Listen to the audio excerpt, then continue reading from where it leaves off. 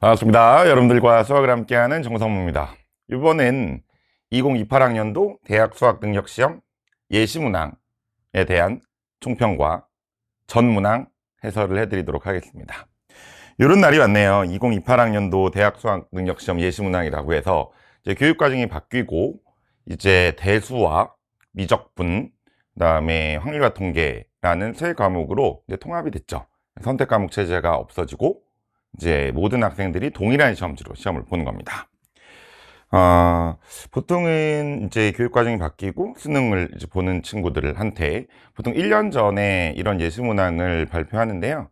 평가원이 좀 빠르게 이렇게 2년 전에 이 예시문항을 주면서 그 평가원이 이제 발표한 것들을 보면 조금이라도 좀 빠르게 이런 예시문항을 통해서 학생들의 이제 학습에 좀 도움이 되겠다라는 취지로 예시문항을 좀 빨리 발표했고요. 이건 아주 긍정적인 겁니다. 여러분들이 미리 좀 어떤 스타일로 나올 것인지, 각 과목으로 몇 문제가 나올 건지, 어떤 형식일 건지, 난이도는 어떨 건지, 교육과정하고 어떻게 연결되는지 이런 것들을 좀 봐달라고 하는 건데요.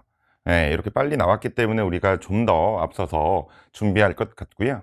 그래서 총평도 해드리고 일부 문항이 아니라 전 문항을 제가 해설하는 이유는 이제 수능을 완벽하게 이제 바뀐 과정으로 준비하기 위해서 모든 문항을 다 봐야 된다라는 생각을 좀 했기 때문에 그렇습니다. 일단은 과목이 이제 대수, 그 다음에 이제 미적분 1, 그 다음에 확률과 통계라고 이제 구성이 된 거죠. 이게 예전의 과목으로는 얘가 이제 수1이고요. 그 다음 이 미적분 1이 이제 수2고요. 그리고 확률과 통계는 이제 원래 확률과 통계였죠. 그래서 예전에는 이 수원, 수2와 이 공통이었고요. 확률과 통계는 선택 과목 중에 한 과목이었고, 나머지 선택 과목이 미적분하고 기하가 있었는데 수능 과목에선 미적분과 기하가 사라졌습니다. 여기 미적분이 있지 않냐라고 하는데요. 이 미적분은 예전에 수2기 때문에 옛날에 이제 공통 과목으로 했던 수원, 수2와 선택 과목 중에 확률과 통계로 이제 다 통합이 된 거죠. 그러니까 모든 학생들이 확률과 통계를 공부하는 친구들이 된 겁니다. 예전에는 요 수원이 11문항이 나왔었고요. 수2가 11문항, 그 다음 확률과 통계가 8문항, 선택 과목 8문항이었는데 이게 선택 과목이 없어져서 이 대수미적분원과 확률과 통계로 통합이 됐기 때문에 이게 10문제, 10문제, 10문제 이렇게 나올 건지, 아니면 얘는 어쨌든 선택 과목 중에 한 과목이었기 때문에 예전 선택 과목처럼 8문제가 나올 건지가 좀 관심사였는데요. 이 예시문항을 통해서 그 궁금증을 이제 풀어준 거죠, 평가원은. 그래서 이번에 예시문항도 이 대수가 11문항을 출제했고요. 그 다음 미적분도 11문항, 그 다음에 확률과 통계는 이제 8문항이라고 출제를 한 거예요. 요거는 확률과 통계를 조금 이제 비중을 낮췄다라기보다는 황금 밸런스를 찾은 겁니다. 왜냐하면 대수하고 미적분원이 전체적으로 양이 많아요. 교육 과정상 배워야 될 내용이 많고요.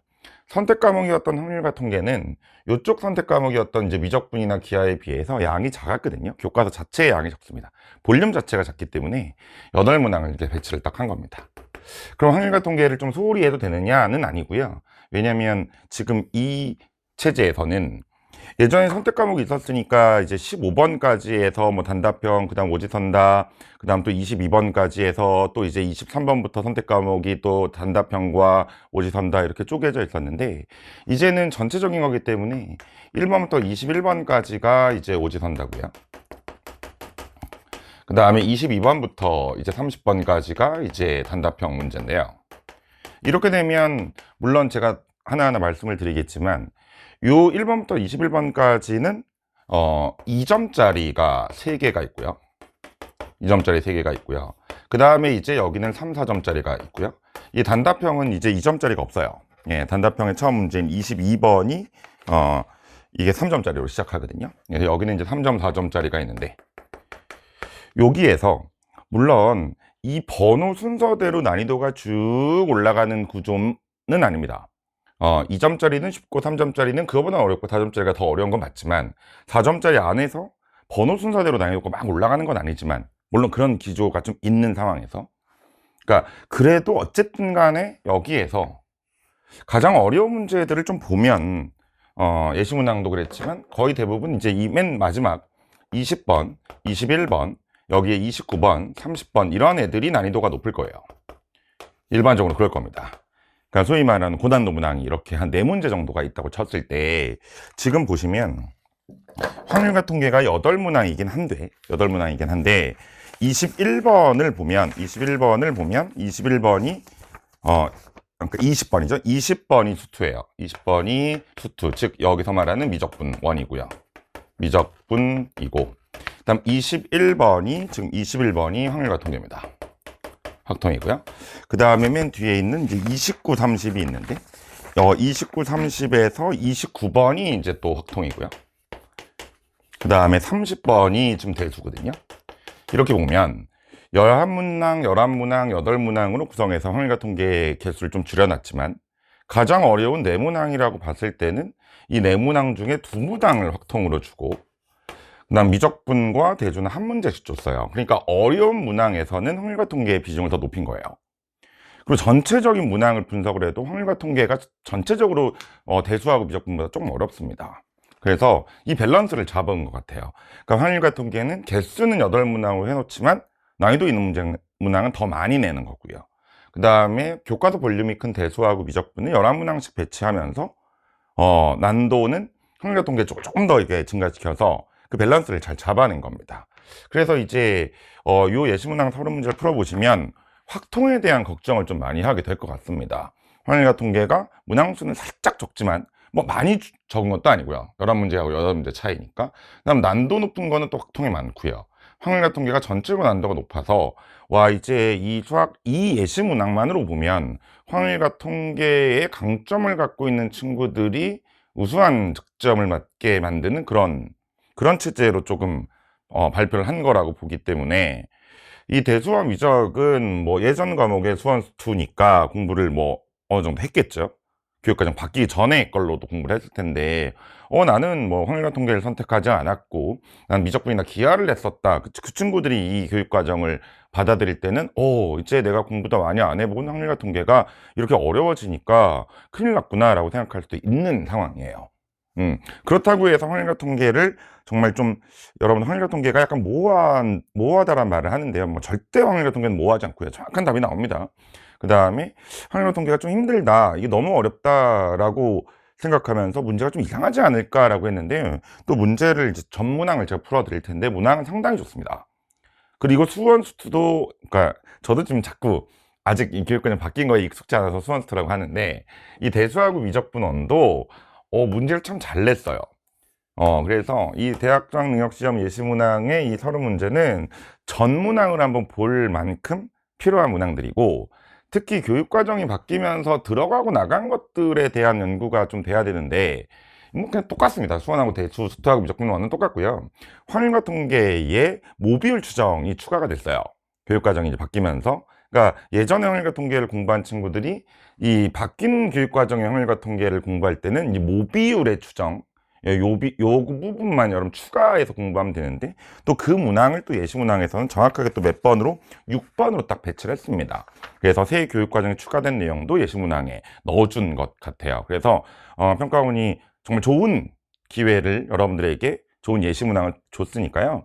이 분석을 잘 하시고 그 다음에 또 여기서 한 문항 한 문항을 다 이제 꼼꼼히 보시면서 새로운 교육과정을 준비하는 친구들한테는 꽤 좋은 어떤 예시가 되고 있는 것 같습니다. 동일하게 예전하고 동일하게 2점짜리 문제는 전체적으로는 3문항이 있고요.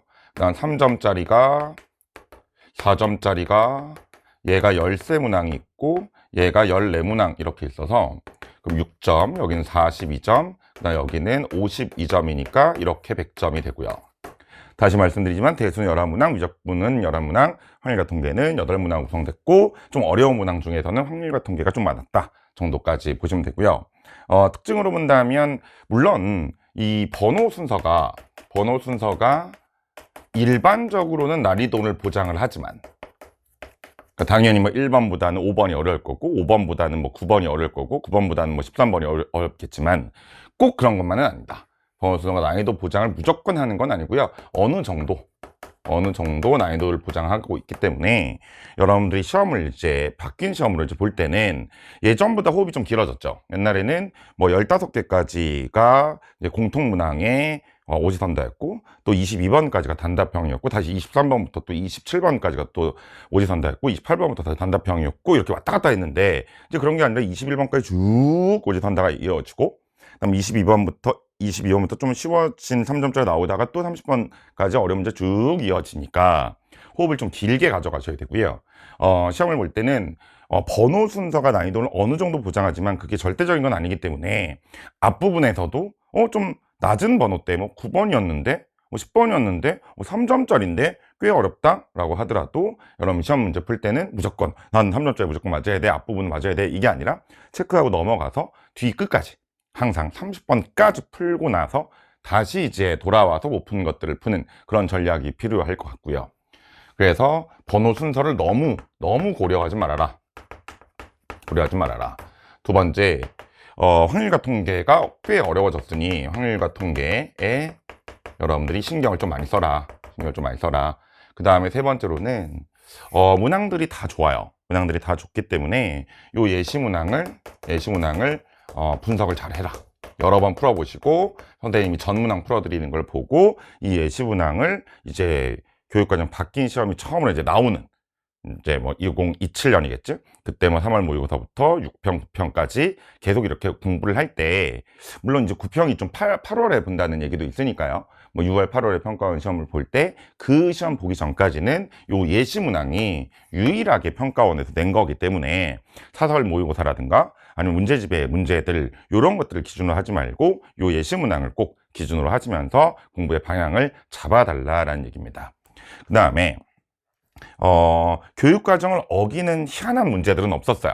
제가 전문항을 풀어드리겠지만, 그렇다고 해서 예전처럼 평가원이 일부러 뭐 3차 함수의 비율성이라든가 아니면 넓이 공식들을 못 쓰게 만드는 문제를 낸 건 아니고, 이제는 우리가 아이템이라고 하는 어떤 그 특별한 유형에 대해서 적응할 수 있는 그런 방법들도 충분히 이 문제에선 쓰여질 수 있으니까, 제가 올인원에서 강조하는 것처럼 기본 교과 개념을 충실하게 공부하고 모든 증명도 해보고 그 다음에 교과서 내용을 전부 다 흡수해서 교과서 안에서만 시험에 나온다라는 가정을 하고 올인원으로 공부하시고, 그 다음에 심화적인 개념들, 실전 개념들이 요즘에는 일부러 좀 그런 것들을 안 쓰게 만드는 문항들이 평가 문제에 많았는데, 요 예시 문항을 보면 이제 그런 기술적인 측면, 실전 개념도 충분히 써서 문제 풀 수 있는 문제들도 많이 있으니 문항 풀어드리겠습니다. 그러니까 그런 실전 개념들도 제 강좌 중 리본을 통해서 여러분들이 실전 개념도 갖춰주면 충분히 여러분들이 문항을 해결할 수 있다. 이게 선택 과목 미적분이라든가 선택 과목의 기하가 빠지면서 이제 예전 교육과정인 수원2의 확률과 통계로만 시험을 보니까 이게 난이도가 어떻게 될까? 이걸로 변별력을 확보할 수 있을까라는 의문들이 생겼는데요. 지금 이걸 보니까 결코 그렇게 쉬운 건 아닙니다. 그러니까 충분히 이 대수와 미적분과 확률과 통계만으로도 변별력을 갖출 수 있다라는 자신감을 평가원이 보여줬다. 충분히 공통 과목이었던 수원수2 선택 과목은 확률과 통계로만 시험을 내도 우리 문제 잘 낸다, 변별력 갖출 수 있다 라는 이야기들을 하고 있습니다.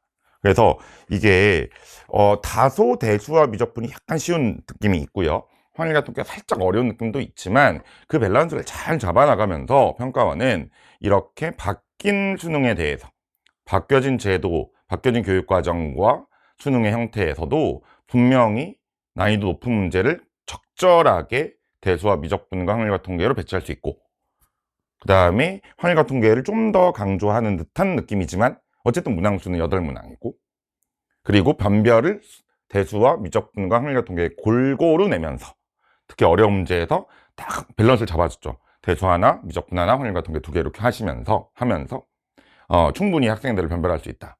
그리고 문제가 이상한 문제가 없기 때문에 막 이런 막 복잡하게 계산을 해야 되는가, 식이 너무 길어진다든가 너무 허망하게 답이 나온다든가 이런 것들이 없이 잘 문제를 냈기 때문에 정말 교과서 개념부터 하나하나 차분히 공부하고 또 리본 같은 실전 개념을 정확하게 흡수하시면서 시간 재고 100분 동안 30문항을 풀어나가는 연습을 충실하게 한다면 누구나 좋은 성적을 낼 수 있도록 나이스한 문제를 제시하는 것 같아요. 그래서 요 흐름을 잘 보시고 전체적인 구도는 이렇게 잡혀 있으니 열심히 공부하고 미리미리 준비하면, 아니 평가원도 미리 준 거잖아요. 1년 전에 보통 예시문항을 내는데 2년 전에 냈잖아요. 그러면 여러분도 좀 스스로 빨리 움직이셔서 이 문항들 분석 잘해서 철저하게 대비하면 누구보다 제 교육 과정에 이 문항들을 빠르게 연습할 수 있습니다. 그리고 요거를 누가 듣는지는 정확하지 않지만 현재 고3 학생들이나 고2 학생들이 이 문항을 듣고 있다면 괜찮습니다. 왜냐면 어쨌든 올해 평가원이 만든 문항이기 때문에 여기에서 대수미적분은 결국 수원수투고, 특히 올해 확률과 통계로 시험을 보는, 내년에 확률과 통계로 시험을 보는 친구들, 아직 교육과정이 안 바뀐 친구들도 이 확률과 통계 8문항을 잘 풀어보시면 결국 여러분 시험 범위의 확률과 통계를 공부할 수 있는 또 하나의 예시 문항을 볼 수 있는 좋은 기회로 요 강의와 총평과 문항, 전문항 해설을 이용하면 좋겠다. 짧게 이제 이 한 15분 정도의 총평을 간략하게 줄여보면, 뭐 몇 개의 단어로만 압축하면, 평가원이 미리 문항을 잘 만들어줬다, 문제 퀄리티는 매우 좋다, 황금 밸런스는 찾은 것 같다, 이런 스타일로 아마 수능을 낼 것이다 라는 게 확실하니 전 문항 꼼꼼하게 다 풀어보시고 분석하시고 제가 언급해 드릴 테니 여러 번 풀어보시고 돌려보시면서 새로운 수능을 대비한다. 요게 이제 바뀐 수능의 그 전년도에 6편과 8월 평가원이 나오기 전까지는 요 예시문항이 여러분들의 공부 방향의 기준이다 라고 생각하시면서 공부하시면 되겠습니다. 전 문항 풀어드릴 테니까요, 1번부터 꼼꼼하게 저하고 수업 들으시면서 정리해서 누구보다 빠르고 누구보다 미리 여러분들이 수능을 대비하는 그런 현명한 학생들이 되기 바랍니다. 이제 오지선다 1번부터 모든 문항 풀어드리면서 분석해 드리도록 하겠습니다.